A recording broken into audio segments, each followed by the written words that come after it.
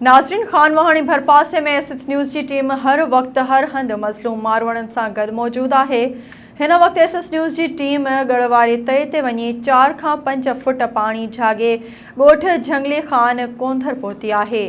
उन हवाले से पेश है गुलाम मुर्तज़ा बोहियो की हीअ रिपोर्ट।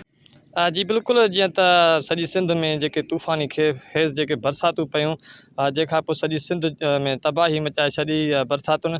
उन खां पोइ जेको खानवाण असांजो शहर आहे, उन जा बि केतिरा इलाइक़ा जेके आहे पाणी जे लपेट में अची चुका आहिनि। मां हिन वक़्तु मौजूदु आहियां ॻोठ जंगली खान कुंदर में, जेको हिते असांजो सिंध जो मशहूरु हिकिड़ो सिंगर बि आहे, अली हसन कुंदर, उन जो अबाणो ॻोठ आहे। तव्हां ॾिसी सघो था त मां हिन वक़्तु जेको आहे एसएस न्यूज़ जी टीम गुड़ वारी जेकी तई आहे हितां ॻोठाणा जेको आहे उन तईअ जे ज़रिए जेको आहे शहर ॾे सीधो सामान वठण लाइ वञनि था पिया। हिन जो ज़मीनी बिल्कुलु रास्तो कटिजी चुको आहे। 4 खां 5 फुट हिते पाणी बीठो आहे, पर को बि जेको आहे चूंडियल निमांदो या वस वारो हिते अञा ताईं नाहे पहुतो। अचो त हिन हवाले सां तव्हांजे ॻोठाणा सां ॻाल्हि ॿोल कंदा त छा चवणु आहे। असांजे लखी रुपयनि किरोड़नि जो फुटी थींदी आहे, उहो फसल तबाह थी वियो आहे। असांजो फसल तबाह थी वियो, जे पाणी असांजे निकाल नथी सघे त थी सघे आईंदी असांजी कणिक बि न वहे त पोइ असां बेरोज़गार माण्हू काॾे वेंदासीं। असांजो जेको बि माल जो चारो हुयो बोह आहे पाणीअ में पियो आहे। सॼो बोह असांजो ख़तमु थी वियो आहे, ख़राबु थी वियो आहे। माल असांजो मरे थो पियो। ॾिसो हली हिन महिल बि असांजा केतिरा ढोर मुआ पिया आहिनि।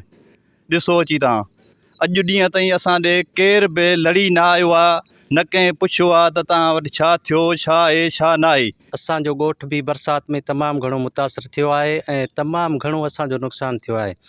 अफ़सोस इहो आहे त अॼु ॾींहं ताईं का बि सियासी समाजी तनज़ीम असां वटि कान पहुती आहे जो असांजी कंहिं बि तरीक़े सां मदद कई हुजे उन्हनि।